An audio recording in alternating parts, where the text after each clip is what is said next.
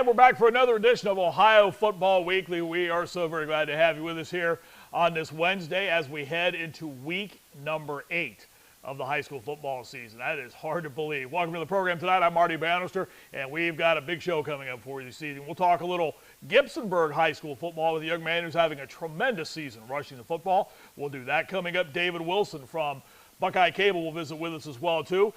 In this half hour of the program, we'll talk a little football up along the northern fringes of the state, along Lake Erie and the Toledo area. We'll do that with David Wilson. Eric Welch from Diamond Sports Media will visit with us as well. Tonight we'll talk a little Central Ohio football. And then to wrap things up, he's one of the more talented guys in the northwest part of the state, and he's an awfully busy guy. And somehow he's not doing a game tonight, so Michael Hirn's going to visit with us coming up at about 7:15, 7:20 or so, and talk a little Northwest Ohio football, Western Buckeye League, that range of the state of Ohio, get into a little Midwest Athletic Football Conference talk as well, too, with Michael Hirn. So that's what we have coming up for you tonight. We're so glad to have you with us here on our show, Ohio Football Weekly. We were away last week, back this week for the stretch drive of the high school football season.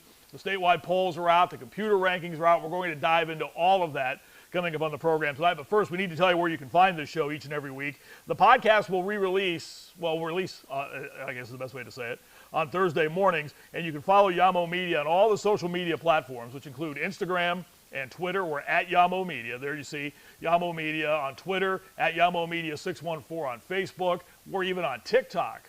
How about that at Yamo Media?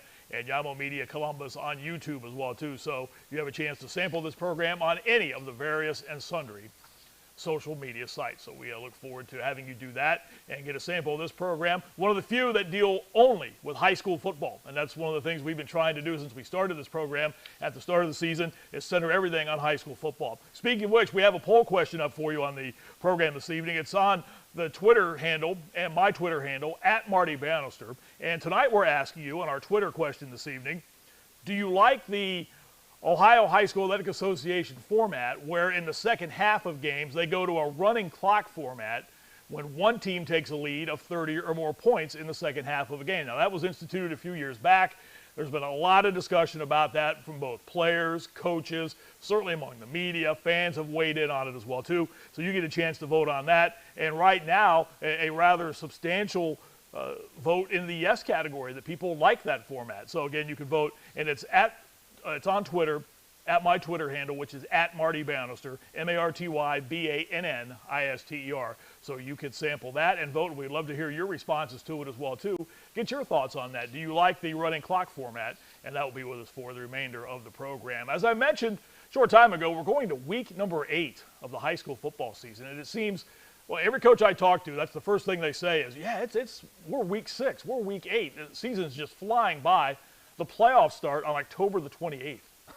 And again, that's just remarkable that we've hit this stretch of the season. So that's what's to come. And coming up a little bit later on, we're going to dive into the playoffs. We're going to have the computer rankings released for you here in a few weeks when that happens, and get you updated on where all the matchups will be in the top 16 of the various regions across the state of Ohio. We'll also be previewing the playoffs as well, too. We might even, Adam Dell's our showrunner.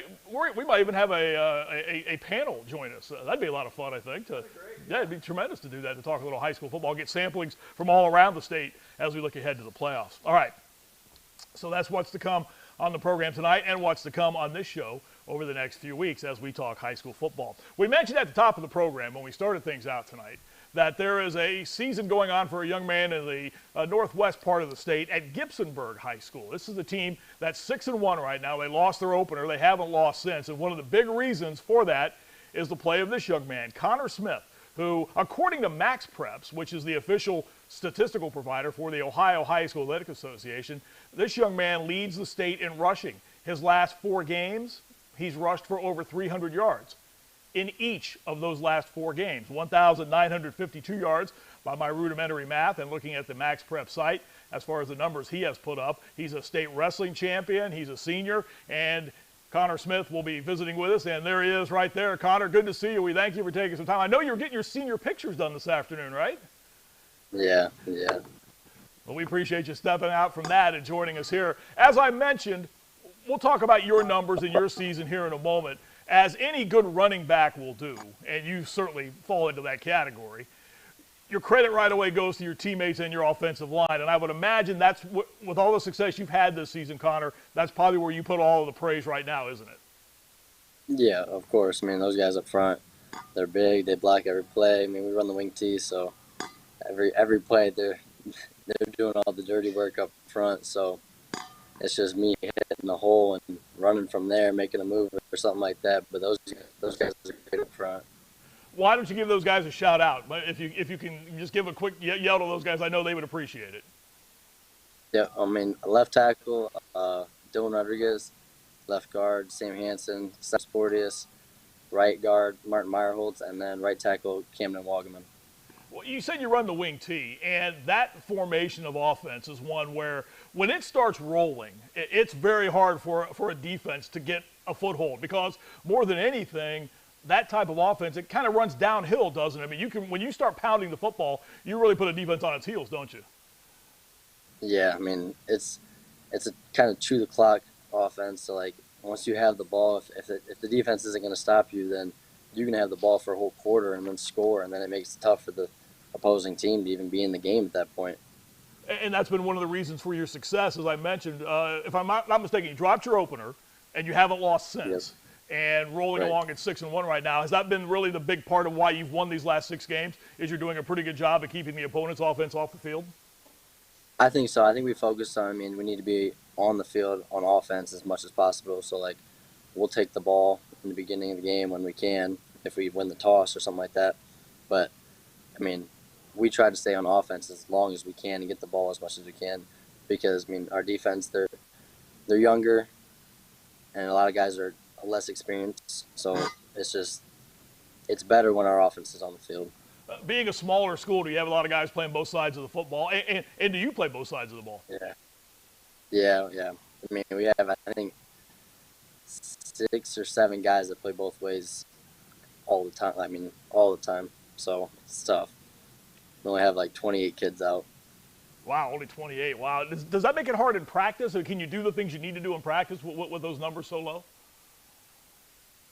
We make it work. We have guys that fill in. Some of our coaches sometimes have to fill in spots, but it does make it tough with only 28 guys. And a lot of times, some of those guys either are out for a day because of an injury or some of them are sick and stuff like that. And then it makes it tough. Like this week, we've had a couple of days where it was tough because we had a couple of guys sick, and then it was hard to run a scout defense or a scout offense. And it makes it tough.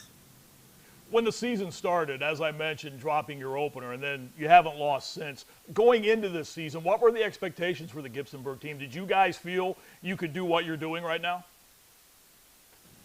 I think we did. I mean, I knew we could just because of the guys that I grew up with. We all wanted to do this. We all knew that it was on us to do this, and we had to keep the team together and make sure they were working hard and just make sure everything was going to happen the way we wanted it to be. But week 1, it was tough. I mean, I think I haven't lost. I don't think I've lost Idle Hills in high school or whatever, but we lost, and then it was more of like get the team back together, focus on what we can focus on, move forward, learn from it, and then pursue what we want to pursue, which is a league title and winning out from there. You talked about the low numbers and the guys you've played with for a long time. I would imagine, again, being a smaller school, the guys you play with now are guys you've played with since probably, I would guess, Little League football. That would have to help, I think, in your bonding and your trust in your teammates, doesn't it?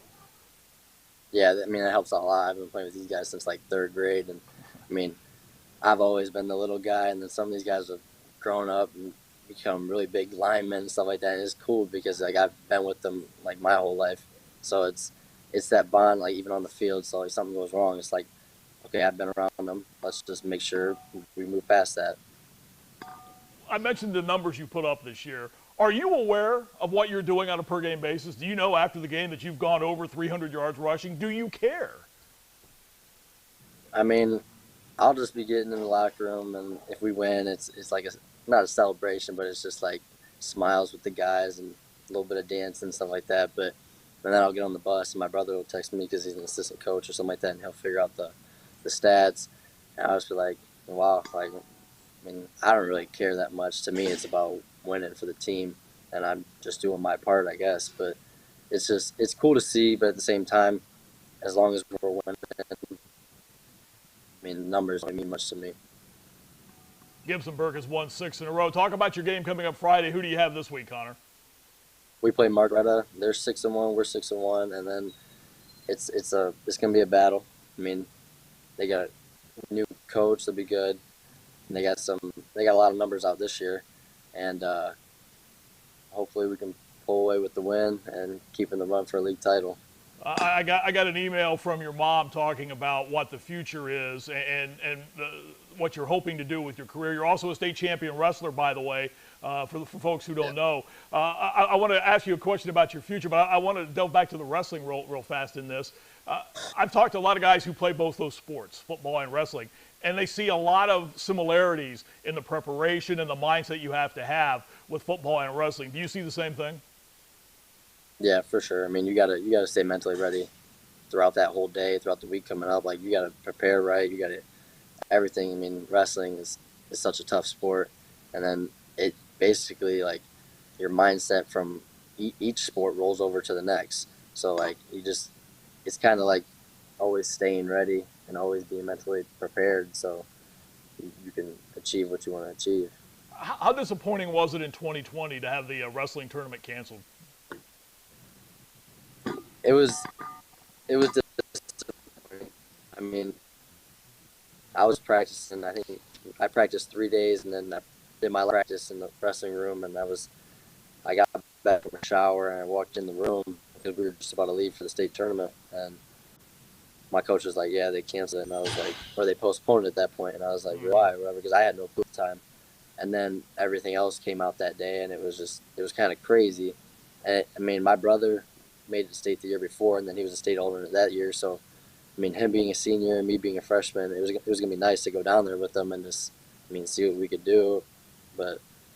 And then it eventually being canceled, it was disappointing. But I think after it got postponed, it was kind of leaning towards that way. I could tell that was gonna happen. What's it like to be a state champion, to walk out there in the middle of the mat and they raise your arm and you put that medal around your neck? What's that feel like? It's amazing. I mean, in the moment, just wrestling. I mean, I wasn't really nervous going out there. I was just focused on what I wanted to achieve. So I went out there and I won. And then afterwards, it was kind of like, I mean, I've worked my whole life for this. Like, ever since I started wrestling, it was like achieving something that I never thought I would achieve, just because it's something that not many people do. And it's just, and then think about it. And now I don't really think about it. It's more of just, I mean, I'm focused on football, and I guess it's just something that I did and that I gotta move past, but it's still there. Well, it's a little more than something you just did. I mean, you won a state championship. It's a little bit more than that. It's just something I just did. All the work that went into it. Are you in the training facility right now? I think I hear weights in the background. Is that what that is? Yeah, I'm in the athletic building that we have. That's all right. Your mom talked about the future for you right now. I know a lot of things are kind of still in play for you right now, and you don't worry about things like that. But as I mentioned when we started the program here tonight, we're going into week 8 of the high school football season. You're a senior. Has that hit you as well, too, that, oh, my gosh, I could have 3, maybe only 4 games left? Have you even let that enter your mindset right now? Yeah, a little bit. It's kind of like these past few weeks, I walk out to practice, and I'll be telling some of the guys, just be like, dang, it's already like week 6. It's already week 7. And then just today I was talking to a kid in the locker room, and I was like, it's week 8. And we're already through week 8 is basically over with, because in 3 days or 4 days, technically week 9. And it's just something crazy. And I just want to appreciate everything, and I want to just enjoy everything moving forward. So it's hard to say, but hopefully I can. Well, I think you've got the right mindset, no question about it. Connor Smith from Gibsonburg High School. His team is 6-1 right now, and according to Max Preps, again, which keeps the official statistics for the state of Ohio in high school football, he is the state's leading rusher, has rushed for over 300 yards in each of the last 4 games, and leading his team to a 6-1 start, and they look like a pretty certain bet to make it to the state playoffs. Connor, we appreciate you taking some time. I know you're doing senior pictures today. We thank you for stepping in and visiting with us here on Ohio Football Weekly. Congratulations on your success, and best of luck the rest of the way out. Thank you. Thank you. Connor Smith visiting with us, and boy, you just love that mindset, that work ethic that young man has, and being a state champion in wrestling and carrying that over to high school football. Just a remarkable run that young man's having, and a 6-1 football team. I mean, think about that. He's rushed for over 300 yards in each of the last 4 games. Now the wing T, if you don't know anything about it, it's more of a run-based offense, as we mentioned with Connor when we started our conversation.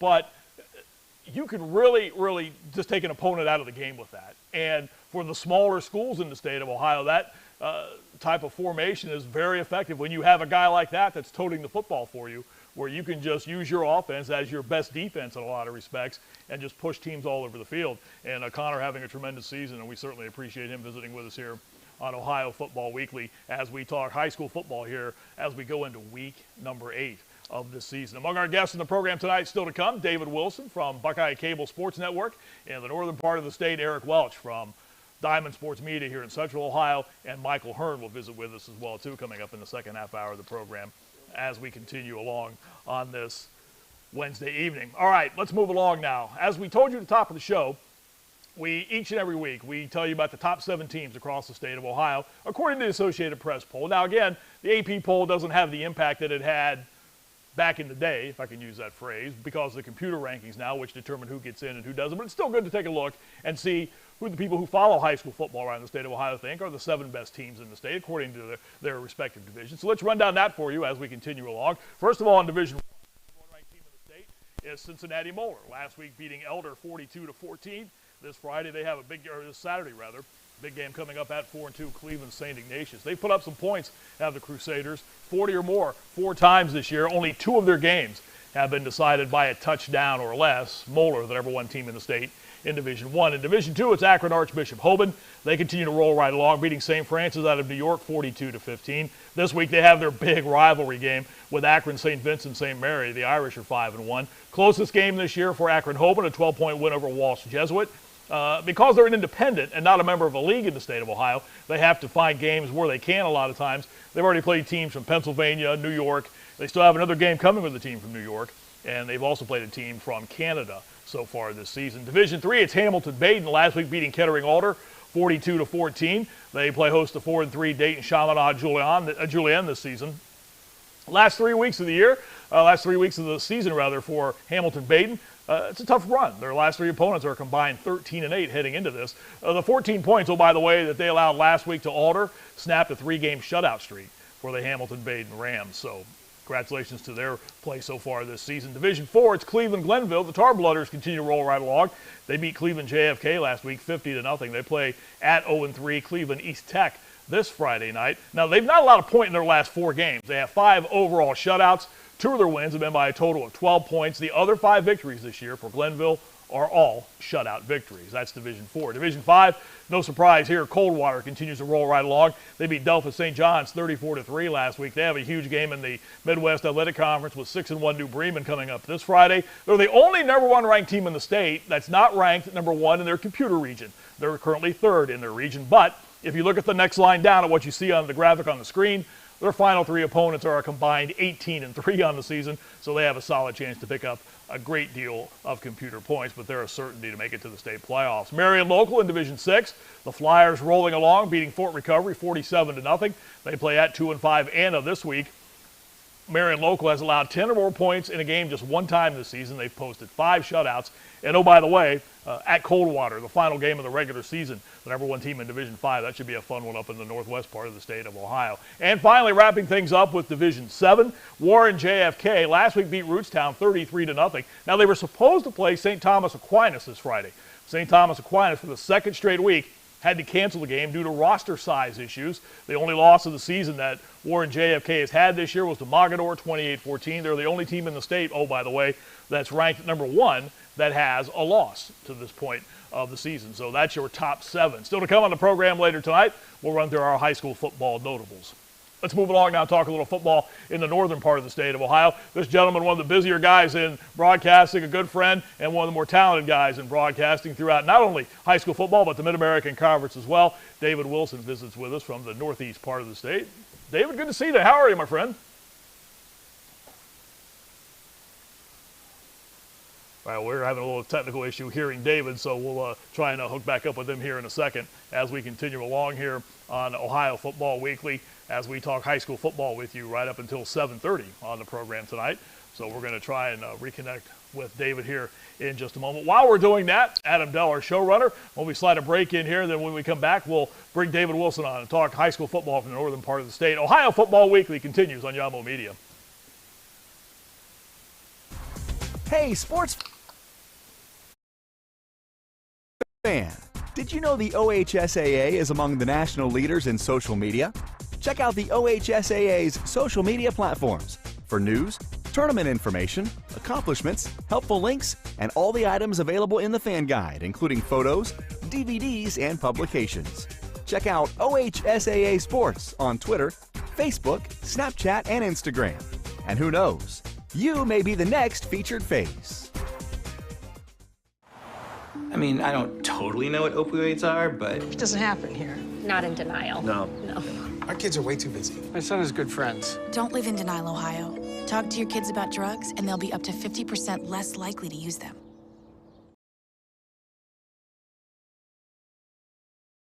Hello, I am Annie J. Ross Womack, the Executive Director of the Ohio Sickle Cell and Health Association, and I'm here to talk to the parents and student athletes about a very important topic.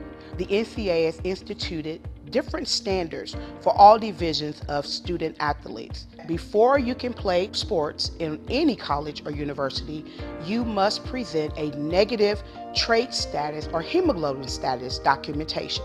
Your hemoglobin status is taken at birth with the newborn screening. And what they do is they run your blood for any abnormality or any birth defect. There are thousands of newborn screening birth defects in this country. For more information about sickle cell disease, sickle cell trait testing, you can call our offices at 614-228-0157. Or you can visit us via web at ohiosicklecell.org.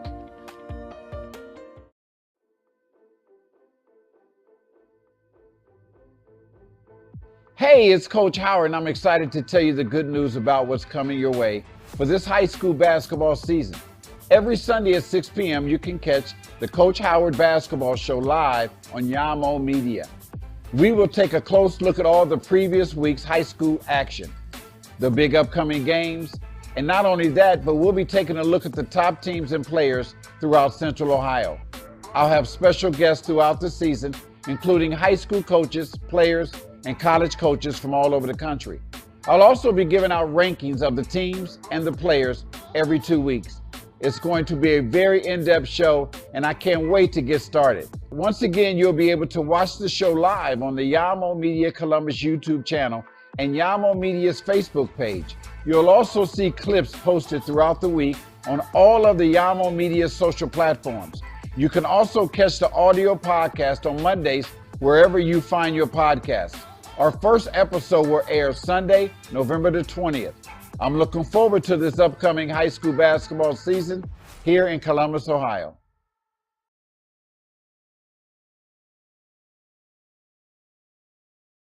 Welcome back to Ohio Football Weekly. That should be a very good show with Coach Howard talking high school basketball. Looking forward to that here on Yamo Media. All right, let's move along and take a look at the notables around the state of Ohio from week number 7. We've already run through our top 7. Now let's check on the notables, some of the big performances around the state last week. Findlay's Ryan Montgomery, one of the top quarterback recruits, not only in Ohio but across the state, went 20 for 28 last week in a 48-17 win over Toledo St. Francis. He only threw a half dozen touchdown passes. Second straight week, he has thrown for 6 scores. He has 19 on the season. He's only a sophomore, oh, by the way, and has already received offers from, you pick a major Power 5 school. Ryan Montgomery has received an offer from that school. Findlay got the W, or they got the win in that game. Speaking of getting victories, Middletown knocked off Coleraine 20-18 last Friday. The first time since 2008 those two Greater Miami Conference rivals have got together, with Middletown coming out on the victory side of things, a string of 12 straight games, as there were a couple of years when the teams did not play each other because of the odd number of schools in that league. But Middletown beating Coleraine 20-18 last Friday. David Holman rushed for a school record 353 yards in a victory, 62-27 over St. Henry. Hunter Schaefer added 119 yards and 4 touchdowns for New Bremen. That's a team we mentioned a couple of times. They're 6-1 on the season, and that was an impressive win over St. Henry. 4 touchdowns and 353 yards. Waverly snapped a 4-game losing skid as they moved down to the southern part of the state. They knocked off Valley by the final of 60-7. Back-to-back defensive touchdowns from senior Peyton Harris and freshman Carson Peters in the win for the Waverly Tigers in a Southern Ohio Conference game. In Bell Fountain last week, Tavian St. Clair passed for 412 yards and 7 scores as Bell Fountain rolled past a pretty good Springfield Shawnee team, 53-32. St. Clair 7 touchdown passes in that game in the Central Buckeye Conference. A big night for that young man. Big upset in the Ohio Heritage Conference last week. Cedarville, which has gone over the 500 mark in just 2 games in a season for the first time in 9 years, defeated a pretty good program, Springfield Catholic Central, last week, 20-7. They are a Division 7 school, Cedarville. One of those programs that deals with number issues almost every single year. One of the reasons why they haven't had a lot of success, but they're putting it together now. And again, they play in the Ohio Heritage Conference, and that was a big win over the second-ranked team in the state in Division 7. Springfield Catholic Central. St. Ed defeated St. Ignatius 48-6. Coach Chuck Kyles retiring after 40 years of leading St. Ignatius. It was the most lopsided victory in the history of the rival between St. Edward and St. Ignatius. A big matchup there. And Crestview picked off 3 passes in a 37-7 win over South Central. You really got to wonder, are they defensive back high school? Look at the numbers. A pick 6 by Caden Cunningham. They have 11 interceptions in their first 7 games, and they are the only unbeaten team left in Richland County.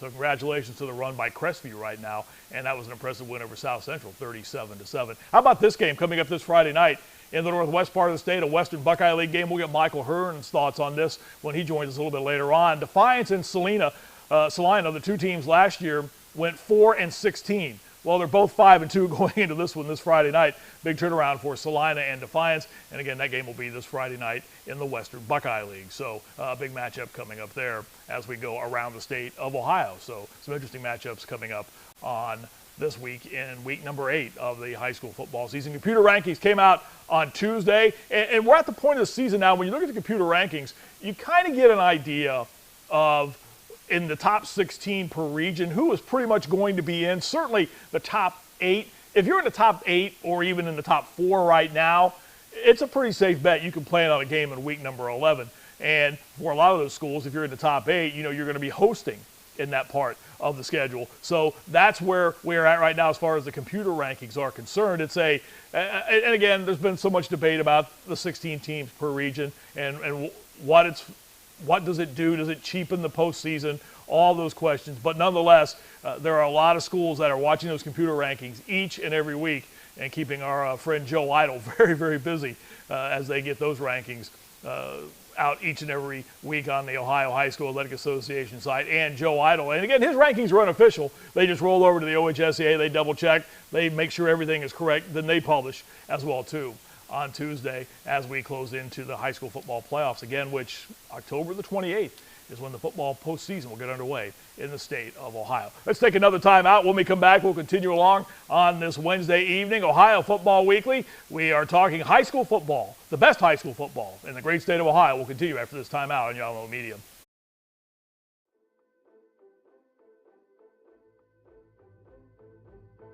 Hey, it's Coach Howard, and I'm excited to tell you the good news about what's coming your way for this high school basketball season. Every Sunday at 6 p.m., you can catch the Coach Howard Basketball Show live on Yamo Media. We will take a close look at all the previous week's high school action, the big upcoming games, and not only that, but we'll be taking a look at the top teams and players throughout Central Ohio. I'll have special guests throughout the season, including high school coaches, players, and college coaches from all over the country. I'll also be giving out rankings of the teams and the players every 2 weeks.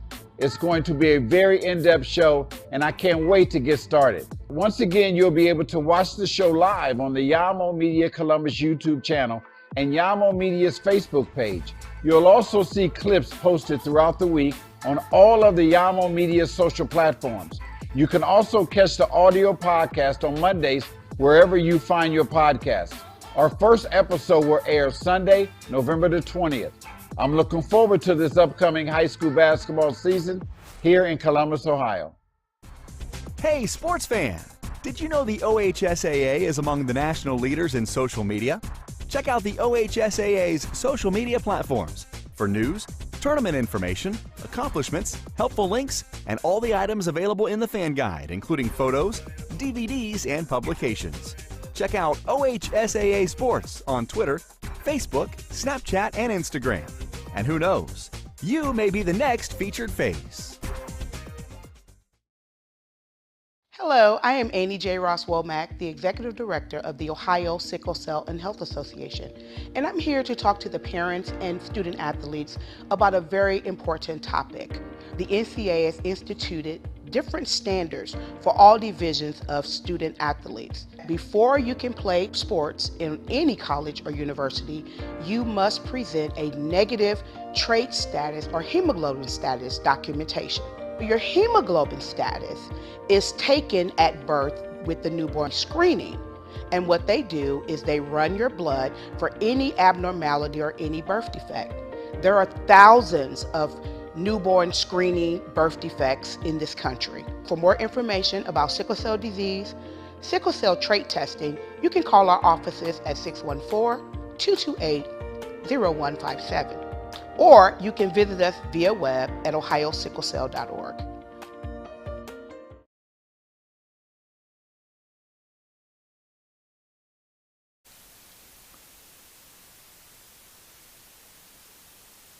And great to have you back with us here on this Wednesday evening for Ohio Football Weekly. Reminder, the Ohio Sickle Cell and Health Association, proud to be the presenting sponsor of Ohio Football Weekly. For more information on sickle cell disease and how you can be prepared, visit ohiosicklecell.org. We ran through the Super 7 for you, our version of the Super 7, if you will, and the high school football notables. While the entire rankings, according to the Associated Press, are out, and that's how we kind of pick our top 7. We look at the top 7 teams and pull whatever one team off of each of those polls. Here's a look at how those polls go for the top 10 across all 7 divisions. In Division 1, Moeller is number 1 in the state, followed by Westchester, Lakota West, Lakewood, St. Edward, Centerville, and Springfield, 2 teams in the Greater Western Ohio Conference that are each going with 1 loss right now. Cleveland Heights, Cincinnati, Princeton, Dublin, Jerome. I feel so bad. We had to coach Brett Glass on a couple of weeks ago. Well, the week after, we must be a jinx. His team lost. They fell to Marysville the week after we had him on. They picked up a big win over Thomas Worthington. Medina and Gahanna-Lincoln. Now, Gahanna's an interesting story. If you're not in the Central Ohio area, they're being forced to play all of their home games at other high school stadiums this year because their field's undergoing a renovation right now. So they've been on the road the entire season, and they're rolling along at 6-1 and ranked number 10 in the state in Division 1. In Division 2, Akron-Hoban, Cincinnati-Winton Woods almost on a bit of a collision course. They played in the state championship game last year, and Winton Woods won it. Massillon-Washington at number 3, Xenia 4, Medina-Highland, Avon, Hudson, Kings Mill Kings down in the Cincinnati area, Toledo Central Catholic, Uniontown Lake round out the top 10. Division 3, as we continue along, taking a look at the top 10 polls in the state of Ohio. Hamilton-Baden holds the top spot there, and you look down that top 10 right there. That Bellbrook team's a pretty good program as well, too. Dresden Tri-Valley, year in and year out. Their, of course, played for the state championship a couple of years back up in Canton. They are number 8 in the state. That's Division 3 with Hamilton-Baden, number 1. Division 4, the Tarblooders of Cleveland-Glenville, as we mentioned, at 7-0. Steubenville, again, year in and year out, the Big Red of head coach Reno Sokosh, right there battling for the state championship, and they are at 7-0. Sandusky Perkins is 6-1, and a good Chillicothe Unioto team at 6-1, rounding out the top 10. We had Matt Hoops on with us a couple of weeks ago, their head coach. Division 5, Coldwater and Ironton kind of been tag team at number 1 spot throughout the season in the AP poll. Coldwater right now holding down number 1 with Ironton number 2. Chillicothe Zane Trace, another pretty good team at 7-0. They beat Unioto last week in a key game in that part of the state. Springfield Northeastern, the Jets out of the Ohio Heritage Conference at 7-0. Off to a good start this season. Division 6, Maria Stein, Marion Local, and you see the usual suspects there, followed by Kirtland, Cary, Mogador, some pretty good teams there. That Versailles team with a couple of losses this season. You always have to keep an eye on that program in the Midwest Athletic Conference. That's Division 6. And rounding out the statewide polls, Division 7, Warren JFK at 6-1, followed by Newark Catholic, New Bremen, the Archers of Antwerp, and then Macomb and Louisville right there rounding out the top 10 in the state as far as Division 7 is concerned. We have made connections with our friend David Wilson, and he visits with us to talk a little Northern Ohio football right now. David, you do a lot of work for Buckeye Cable for BCSN out of Toledo, so you kind of stay along the fringe of Lake Erie, and you've seen some pretty good games throughout this season. From a, I guess, overall standpoint, is there one team you can look at from what you've seen to this juncture of the season, David, that really stands out for you from a game that you've covered? Well, there is, Marty, but before we get to that, I'm a big-time sportscaster. I don't like to be kept waiting. I was supposed to be on at 6:50. Well, the technical issue is not our fault, so you're obviously not a big-time engineer. So, AirPods are at about the top of my technology abilities. So same here. All right, to answer your question, I have a chance to cover a lot of teams in the Sandusky Bay Conference, and I will give you one. It's Sandusky Perkins, and I covered them last week in a big game against Bellevue. Perkins won that game by a score of 21-6. They have a great quarterback by the name of Logan Lesh. He's a junior, a great dual threat quarterback who can pass and throw. Great field general, just engineers long drives. They won that road game against Bellevue. And, of course, Perkins' coach, Jalen Santoro, was a star at Bellevue High School and then went on to play quarterback at Tiffin University. So it was a big matchup for a number of reasons, not just the teams on the field. But Perkins, I think they're hanging on to that top 3 spot in Division 4, Region 14. So that's a team to watch, in my opinion. David, correct me if I'm wrong, but I think we had you on another podcast that I host last year. And did you not call the 16 seed that beat the 1 seed last year in the opening round of the playoffs? Well, I'd like to say I did. Okay. I don't recall. I couldn't remember if it was you. I couldn't remember if it was you or not. I did cover that game and call it for BCSN, and it was the only 16-1 in the state, and that was Edison upsetting Bellevue, which certainly made statewide headlines. Mm-hmm. That's one of the things I know you and I have had this discussion a lot about the expansion of the playoffs. And when we went to 16 teams per region, I think right away, David, the assumption was, well, all we're going to see are routes. Everything's going to be a blowout. A 16 has no chance against a 1. A 15 has no chance against a 2. But that was a little different story because those teams had played, had they not in the regular season, so they kind of knew one another. Yeah. And I think a lot of times people overlook, David, that the computer rankings in some ways aren't really a true measure of how good some of these teams are. Yeah. Well, I think you can get the blowouts in 16 versus 1, just as we had in the old days in 8 versus 1. It wasn't because they expanded the playoffs. You get some of the lopsided games in all the sports in the early rounds of the postseason, no matter what system you use. So I never had a problem expanding it and putting more teams in the hunt and keeping the interest high and giving more student athletes a chance to play a couple extra games. So, you never know until you play the games. I don't think you can count any team out. I don't think you can just make assumptions that, a 1 is going to trash a 16 seed. Maybe that's the way it'll go most of the time. Most number 1s will move on in the tournament, and the 16s will bow out. But that's the way we had it when it was just 8 teams per region. I'm sure you've heard coaches who will tell you this cheapens the postseason. There are too many teams in. If you go 2-8, you have no business playing for a state championship or having an opportunity to play for a state championship. But I know you've heard that. I would gather from coaches. I've heard it from coaches. Other guys we know in the business have heard it from coaches. But I think in the overall, and you kind of touched on, but I want to get your thoughts a little more deeper into this. I think it is a good thing for high school football to allow student athletes a chance to play in a postseason game and give them that opportunity. I don't really see anything wrong with that. Well, I consider it upset if a coach calls me and talks to me about anything. I don't hear those complaints from, the 9 through 16 seeds who get a chance to play. And if you're in the 1 through 8 camp, go out and win the game then.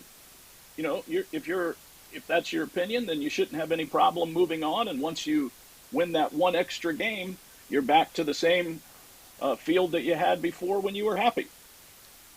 Great point. You said you cover a lot of games in the Sandusky Bay Conference. Now, that is mainly Division 6, 5 schools in that range of the football rankings in the state, David? There's some fours. There's quite a few Division 4 teams, Perkins and Bellevue, for instance. I think Edison is Division 4 as well. But you have a couple of the larger teams in Sandusky. But mostly it's the smaller or mid-range schools. And there's some pretty good football. I mean, that's everybody talks about their favorite section of the state of Ohio. We always hear Northeast Ohio. We always hear Southwest Ohio. But that range of the state of Ohio, I think, from Toledo as you swing over towards the Cleveland area, which is where a lot of those games are played, David, some pretty good football played up there, isn't there? There sure is. Passionate fan base. Huron High School's in there in our coverage area, so we see the Tigers a lot. They have a great facility. It's always packed, great atmosphere. So really, it's a microcosm, Marty, of just the wider, passion of high school football in the whole state.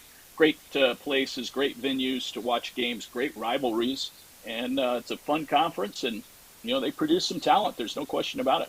I think that's the one thing that's so overlooked sometimes. The facilities in the state of Ohio. There are some very good and very neat atmospheres at high school football stadiums across the state of Ohio. I mean, I always think back to one game I called a number of games at Urbana High School, where right behind one end zone is a street, and then there's a row of houses. People would sit on their front porch, and they could field extra points on their front porch by sitting in their chairs. It's that type of atmosphere, and I know you run into those a lot too, and I think that's what really makes high school football so special and so unique in Ohio, doesn't it? Yeah, there's no question about it. And most of the schools now have the field turf, and that's made a big difference and made the game better, in my opinion. And it provides for multi-use of the field for soccer teams and other sports teams to practice, track and field, for instance. So, I think those upgrades has been money well spent for these athletic programs, and it benefits the players. And just makes the game a lot of fun to watch. But I have a chance to do a lot of college, but I'll always still do high school sports and especially high school football as long as I can, because I just love the atmosphere, love the Friday night lights. It's just a lot of fun for all concerned. It certainly is. There's just something unique about it. We talked about sides as we wrap up. I always like to get your thoughts on this because you're a Northeast Ohio guy. So the state championship's being played in Canton at the Tom Benson Hall of Fame Stadium. I've said this. I've said it to you. I've said it on air. In my opinion, no better place to hold the state championship games. I think a lot of people want the games centrally located. They want them played at Ohio State or somewhere in the central Ohio area. I can't think of a better facility.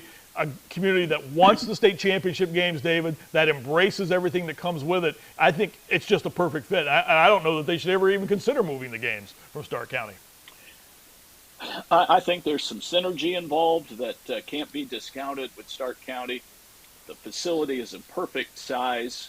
That entire complex is still being developed, and I think it's just going to get better and better over time.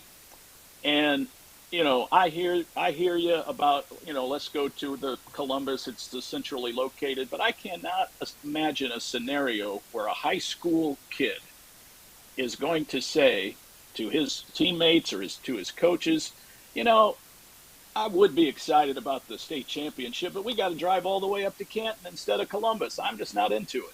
I don't see that happening. I agree 100%. And I had a coach who's been on this show in the past tell me I've never seen a team give back the trophy because of where they won it. So yeah, I mean that just sums it up right there. So I think if you're a student from some outlying area, it doesn't matter whether you're going to Columbus, to Canton, to Cincinnati, for whatever. You're going to the state championship. It's exciting to take a trip where someplace you may not have been before, and you're with your friends and you're with your classmates and your coaches. It's a once-in-a-lifetime event. None of them care where it is. They're excited about it just to be in the game. So why have those arguments when you have a top-notch facility? Who cares that it's another hour north or northeast? Who cares? I agree with you 100%. I apologize at the beginning of the program that we didn't get your full allotment of time on the show. It'll probably take you away from ever coming back on again. that'll be. No, I'm going to let it slide this time. I'll let it slide this time. I really appreciate we'll give you that. a grace period. I really appreciate that. Thanks very much. David Wilson, BCSN, one of the voices of Kent State, does a great job in his work up in that part of the state of Ohio. We appreciate him staying with us here and joining us here on Ohio Football Weekly here on this Wednesday evening. Our poll question is up as we continue along. And again, we're asking you tonight, do you like the running clock format that's used when one team takes a lead of 30 or more points in the second half of a game in OHSAA football? And yes, I'm a little surprised at this. I thought it might be a little closer. I still think the majority of fans like it, but right now, 83% of those that have voted say yes, they like the format and want it to be kept. So 12% have voted no, and 3% have decided that they're just fine either way, however it works. So that's where we stand with that. All right, we continue along now. We talked about some of the games going on in the northwest part of the state, and as well that one game we talked about in the Western Buckeye League. We were doing our notables, Defiance, and Salina getting together this week. That's a league that year in and year out produces some very talented football teams.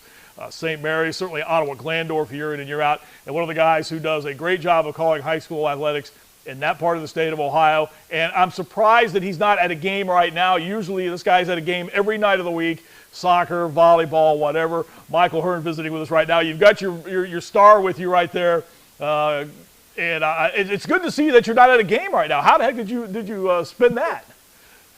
There's not a lot going on Wednesday nights up here. I did, by the way. I took her to a game last night. I had the OG girls soccer. They wrapped up the Western Buckeye League for the first time in 8 years, and she was up there. She likes to steal my headset, and I have this thing where when you're kind of wasting time, you just put them down around your neck. She does that now and just kind of looks at me like, did I do it right, Daddy?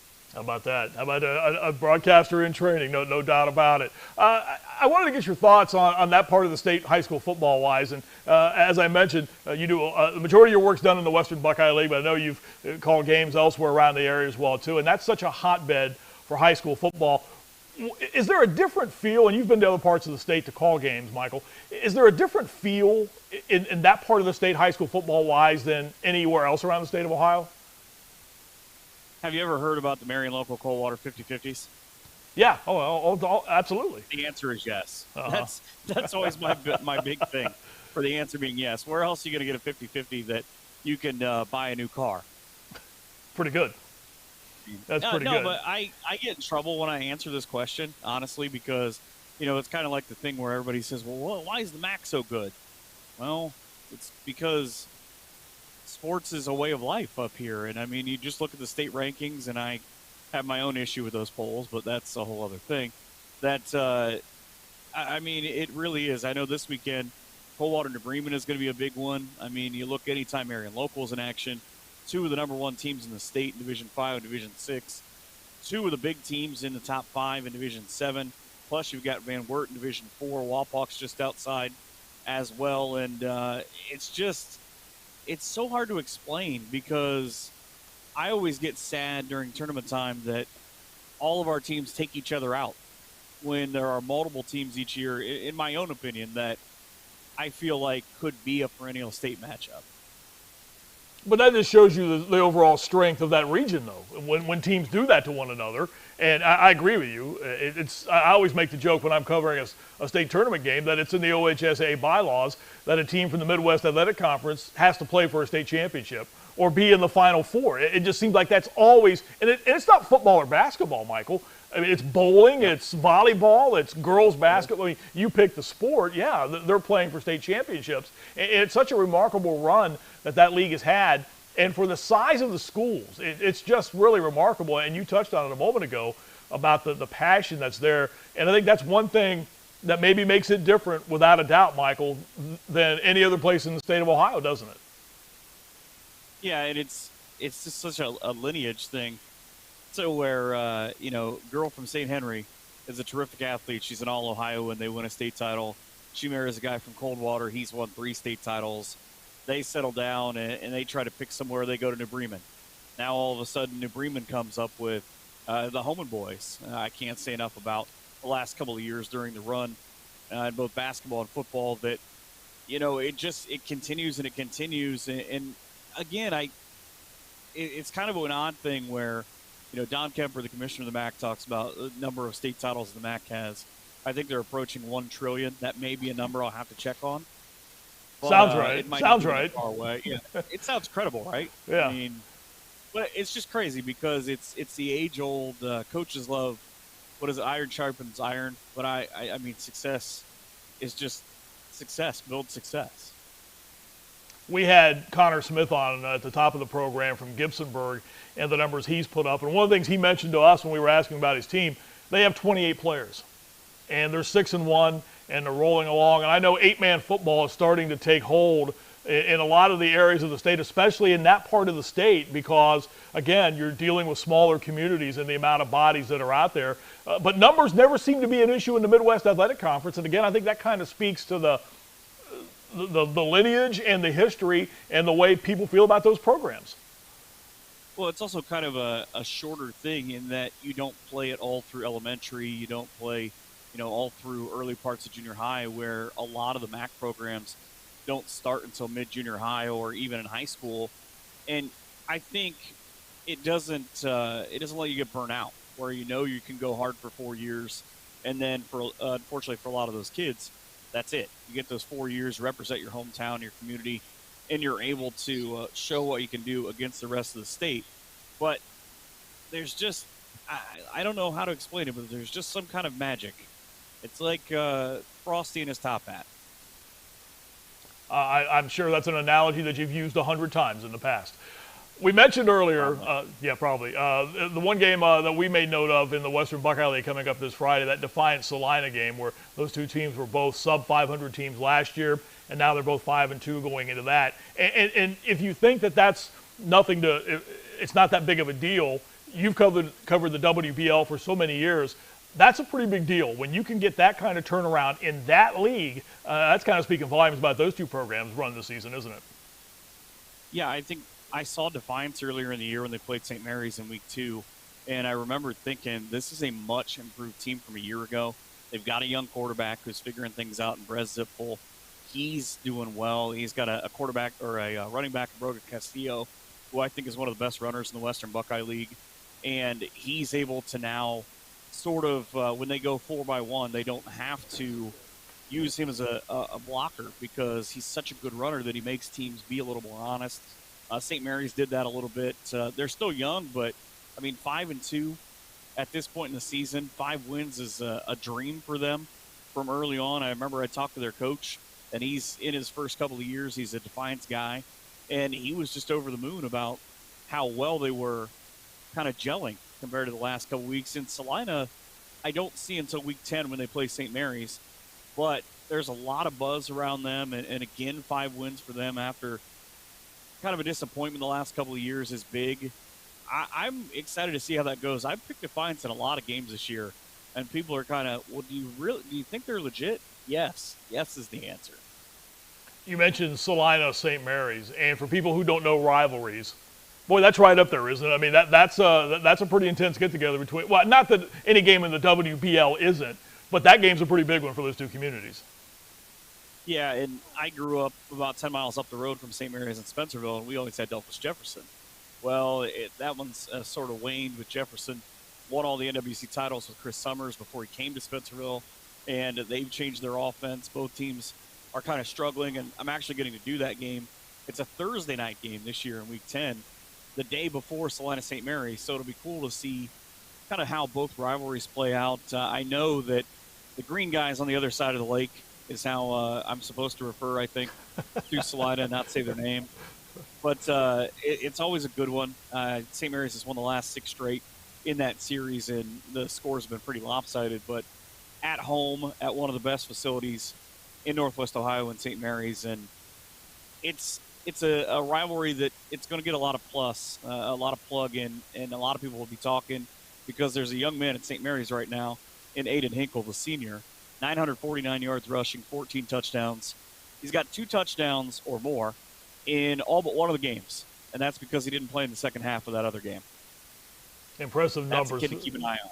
Absolutely. That's impressive numbers right there. I was just going to ask you as we wrap it up to maybe touch on a guy who's having a good season. Well, you did that right there. Best team you've seen so far this year? I'm going to get a lot of hate mail if I answer that question. Mount Union. Okay, well that's a nice job of sidestepping the question because you do do some Division III football. So on one night, Van Wert. I mean, Van Wert put up 600 yards of total offense. The caveat to that is they put up 70 points. They had a lot of scouts. Their quarterback, Nathan Pratt, is a baller. He had over 450 yards. But St. Mary's, in that 70-41 loss, put up 400 rushing yards, and they put up 41 points.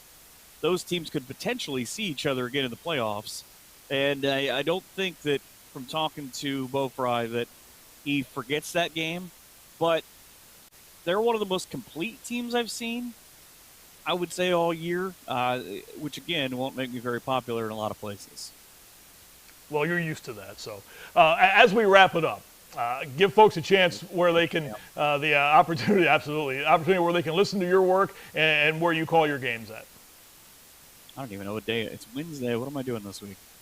Friday, it's WKKI 94.3 out of St. Mary's in Salina. It's K943.com. Saturday, I have a girls' soccer matchup at 10 a.m. in Kalida, an hour from my house, with Ottawa Glandorf. That's on WZOQ Radio. And then the next 2 Saturdays after this is Ohio Northern Football. It's on MK Telco Sports. Well, I've said this before, Michael. I think you're a very talented individual, and there's no doubt that you love what you do, and getting a chance to talk about high school sports in your part of the state of Ohio, and I know you have it's a labor of love for you, and I certainly appreciate you spending some time here with us this evening and updating everyone on what's going on in that part of the state. Always good to see you, my friend. It's your check's in the mail. Yeah, well, it'll bounce all the way down here. I know that. Michael, thanks very much. I appreciate your time. All right, from Northwest Ohio to Central Ohio now as we start to wind down things on this edition of Ohio Football Weekly. Central Ohio, again, it's another banner year in this part of the state for high school football. Gentleman joining us now calls games for Diamond Sports Media and focuses on the Hilliard area. And visiting with us right now is Eric Welch. And Eric, good to see you as we talk a little Central Ohio high school football. I said Diamond Sports Media, you focus mainly on the Hilliard area, but I want to make sure we get it straight. Mainly Hilliard Bradley. Right, Hilliard Bradley. So Jaguars got off to a 3-0 start. They have lost 4 in a row, but you take a look at, and I hear you talk about the OCC Central as a meat grinder all the time. Every OCC division is strong, maybe not as strong as the mighty MAC, but the OCC Central really is tough. And some of the teams that Bradley has had to play outside of league, especially over the last couple of years, in 2020 and 21, their OCC crossover games included Marysville and Pickerington Central. Pick Central dropped off this year, so the Jags were still left with Marysville. So, it's a tough environment that Bradley finds themselves in.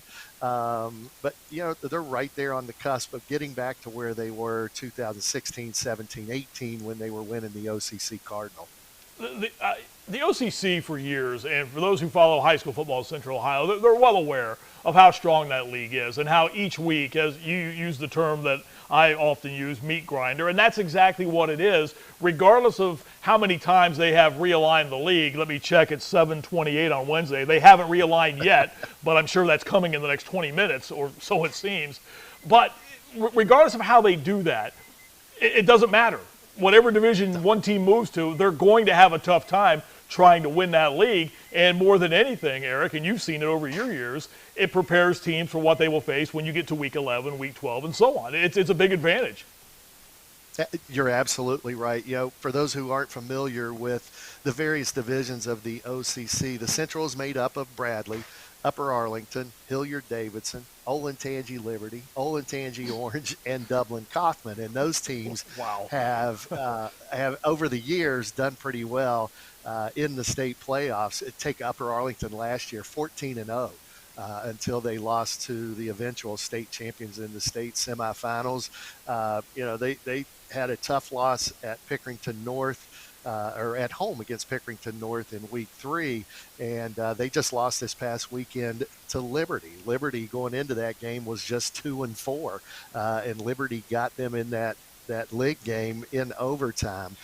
So it really is tough. I think part of it, I think, is the coaches. If you look at the coaches in this division, the newest guy is Jaron Stokes, second year at Kaufman. Jeremy Scally is in his second year at Davidson, but he was there forever under Brian White so as an assistant coach. But then you look at Justin Buttermore, who was at Upper Arlington, who really did a tremendous job in several different stops as a head coach. Then Steve Hale in his 20th year at Liberty. Orange's head coach Zeb Schroeder is in his 9th year at Orange, and of course Mike Laparo at Bradley, he's in his 12th year. So these coaches and their coaching staffs, they know how to game plan for each of the teams in the league. You mentioned Garen Stokes at Kaufman, and he's such an interesting story because he was at Minster, and a small school, I think they're Division 7, Minster, if I'm not mistaken. He played for, I remember calling his state championship game where it was like a 49-44 shootout, and he's brought that style to Dublin Kaufman, a program that under Mark Crabtree had a great run over the years. So I know it's been a little time for them to kind of figure everything out and get everybody on the right page, but I think that was a pretty solid hire for them, and that's just one other team that people now who have had to worry about them in the past, well, they got to worry about them again now with almost a new type of offense. And they're always going to have athletes, and they're always going to have those big linemen at Dublin, Kaufman, and Stokes. Last year, his first year, they went 4-8. They went 1-4 in the league. This year, they're off to a 5-2 start and 2-0 in the league. And Quinn Hart has stepped in and done a tremendous job at quarterback for them. And then they have a couple of good running backs as well. But you know what? With that, if you're talking Kaufman, it all starts on that defensive line with Will Smith Jr. I mentioned Gahanna a short time ago, and they're ranked in the top 10 in the state. And as I said when I was running down their mark and looking at what they're doing this season, they're having to play all their games away from home this year because their stadium is being renovated, which I think adds so much to what they've done right now, again, because of the league and the division they play in, having to be away from home each and every week. Now, they've played some games close by.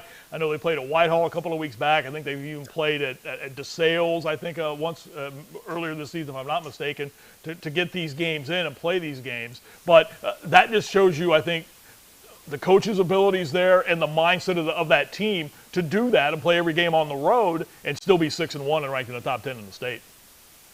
Oh, absolutely. And I guarantee that entire coaching staff talks all through the week. It's us against the rest of the world. They're using the administration's decision to go ahead and work on the stadium now so it'd be ready for next year. And even those guys counted us out. And, just in a way to motivate that team. And they get on that bus now week in and week out. They know they're going to be in a tough battle because they're playing in the OCC, but Gahanna knows that they can play with anyone. The OCC as a whole this year, Eric, and I know, again, your focus is Hilliard-Bradley, so you kind of stay centered there, but you've seen a lot of the teams in the league. Maybe it's not fair to ask you overall about the league, but how good is the OCC this year from what you've seen, from what you've heard, and thoughts on some of the other teams around the league this year? Well, I think Upper Arlington, when it's all said and done, in spite of that loss in overtime to Liberty, I think they're still the team to beat in the OCC Central. They're at 1-1. They're tied for second with Liberty, or tied for third with Liberty. Right now, we mentioned Kaufman's 2-0. Davidson's 2-0. And then Bradley and Orange are 0-2. But I really think it's going to be Upper Arlington. And I think the big reason for that is they play really good defense, again, like they did last year. They're giving up only about 12 points a game, but they can score from anywhere on the field. Everyone wondered what was going to happen without Carson Gressick, their all-state running back, without their Central District quarterback in Simon Monin, and then of course they had Sam Cannon, the outstanding wide receiver. Well, they plugged and played. A couple of running backs in Connor McClellan and Jack Ubert have been doing a tremendous job, and then they got some guys on the outside that can catch it and run as well. Maybe not as well as Sam Cannon, but guys like Wally Swanee and Lance Thrush. So I think they are the team to beat still in the OCC Central. When I look at some of the other divisions, you talked about Jerome earlier and their loss to Marysville. That the outcome of that game would not have surprised me if it had gone Jerome's way instead of Marysville. Bradley played them in back-to-back weeks in week 4 and 5. 2 touchdown loss at Marysville, a 3-point loss at home to Jerome. But those 2 teams are really solid as well. And I tell you you talk about teams to look out for. You and Michael Hirn were talking about this. Teams to look out for in the playoffs. Westville Central. Westville Central this year drew the crossover games against OCC Central teams, and they may not have been as competitive as some people think. But I think at 2 and 5, their quarterback and running back are really, really good players. So Westville Central could be a team that gets in the playoffs and makes some noise.